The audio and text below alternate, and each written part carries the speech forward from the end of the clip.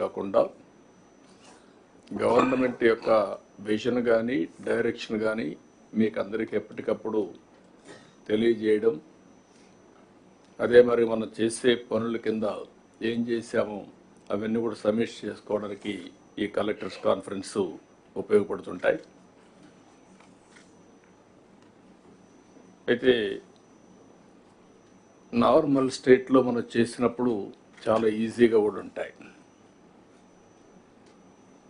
ఒక డిస్ట్రక్షన్ జరిగిన తర్వాత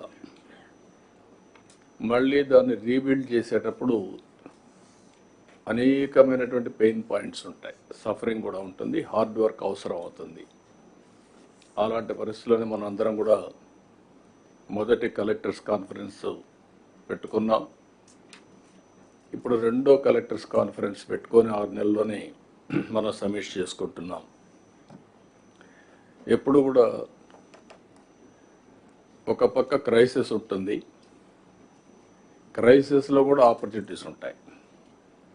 నేను I strongly believe that every crisis is an opportunity. How to convert that opportunity is the leadership. ఇప్పుడే పవన్ కళ్యాణ్ గారు చెప్పినట్టు మేమందరం కూడా ఎన్నికల కంటే ముందు ఒక్కొక్కరికి ఒక అనుభవం ఉంది.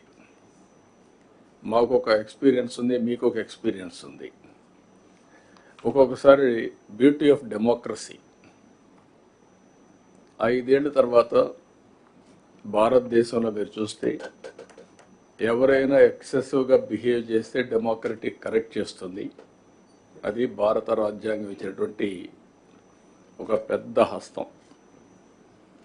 ఓట్ అనేది కోటీశ్వరులకి ఎక్కువ ఓట్లు ఇచ్చి కామన్ మ్యాన్కి ఒక ఓటు ఇవ్వలేదు. అందరికీ ఈక్వల్గా ఓటింగ్ మాత్రం ప్రతి ఒక్కరికి ఒక ఓటు ఇచ్చారు. ఆ ఓటే ఈ దేశాన్ని ఈరోజు కాపాడుతూ ఉంది. ఇంత మునిపే వారు చెప్పినట్టు కొన్ని కంట్రీస్ కూడా చూసాం. ఎప్పుడైతే ప్రజాస్వామ్యంలో కరెక్షన్ జరగవో, ఒక డిక్టేటర్షిప్లు వస్తాయో, అప్పుడు నియంతలు కూడా పుట్టుకొస్తారు. లేకపోతే ఆ నియంతల్ని పంపడానికి రెవల్యూషన్స్ కూడా వస్తూ ఉంటాయి. యు హావ్ సీన్ సిరియా, అంత మనకు బంగ్లాదేశ్ చూశారు. ప్రజల్లో కానీ ఒక రియాక్షన్స్ వచ్చినప్పుడు అవుట్ బర్స్ట్ అయితే అలాంటి పరిస్థితులు వస్తాయి. కానీ భారతదేశంలో మాత్రం రిపీటెడ్గా ఎలక్షన్ జరుగుతున్నాయి. కాబట్టి ప్రజా చైతన్యమే ఈ ప్రజాస్వామ్యానికి శ్రీరామ రక్ష. అది మనం అందరం కూడా గుర్తుపెట్టుకోవాల్సిన అవసరం ఉంది. ఈరోజు వారు చెప్పినట్టు నేను ఇంత మునిపే చెప్పాను, every crisis is an opportunity అని. వచ్చిన 6 నెలల నుంచి ఎక్కడికక్కడ ఏ విధంగా పోవాలనో అటు డిప్యూటీ సీఎం కానీ, నేను కానీ, మంత్రులు కానీ అందరం వర్కౌట్ చేస్తున్నాం. ఇటీవల ఐటీ మినిస్టర్ అమెరికాకి వెళ్ళడం, ఓసారి మనం ప్రయత్నాలు చేస్తే ఇమ్మీడియట్గా ఫలితాలు రావు. చాలామంది ఫలితం వస్తేనే నేను మాట్లాడతాను అనే పరిస్థితిలో ఉంటాం. అది విశ్వసనీయత కాదు. ఎప్పుడు కూడా విశ్వసనీయత రావాలంటే నెట్వర్కింగ్, ఫ్యూచర్ని విజువలైజ్ చేయడం, దాని ప్రకారం పనిచేస్తూ ఉంటే వస్తుంది. అందుకే మొన్నే ఐటీ మినిస్టర్ గారు అమెరికాకు పోయినప్పుడు అందరినీ కలిసి అదే మరిగా గూగుల్ క్యాంపస్ కూడా వెళ్ళి వాళ్ళని రిక్వెస్ట్ చేశారు. దాని ఫలితం ఈరోజు గూగుల్ కంపెనీ విశాఖపట్నానికి రావడానికి మీకంటే ముందే ఒక ఎంఓయూ చేసి ఇక్కడికి వచ్చాం. దానికే లేట్ అయ్యింది. ఒక ½ అన్ అవర్లో మీటింగ్ అవుతుంది అనుకున్నాం. కానీ వాళ్ళని కూడా మనం ప్లీజ్ చేయాల్సిన అవసరం ఉంది. ఎవరైనా వచ్చినప్పుడు మీకు కూడా బ్యూరోక్రసీ కూడా ఇది ఒక లెసన్, అందరికీ బ్యూరోక్రసీ కాకుండా మినిస్టర్స్కి కూడా. మనం కానీ ఒక పాజిటివ్ నెట్వర్కింగ్ కానీ పాజిటివ్గా కన్విన్స్ చేయగలిగితే ఆటోమేటిక్గా పాజిటివ్ యాక్షన్స్ వస్తాయి. మనం వచ్చారు, ఈరోజు వచ్చారు. ఈరోజు నేను ఎప్పుడు మాట్లాడుతున్నాను, ఒకప్పుడు ఐటీ మాట్లాడాను, ఆ తర్వాత ఆర్టిఫిషియల్ ఇంటెలిజెన్స్ మాట్లాడుతున్నాం, ఇప్పుడు డీప్ టెక్ గురించి మాట్లాడుతున్నాం. అంటే వేరియస్ మార్పులు చేర్పులు వస్తున్నాయి భవిష్యత్తులో.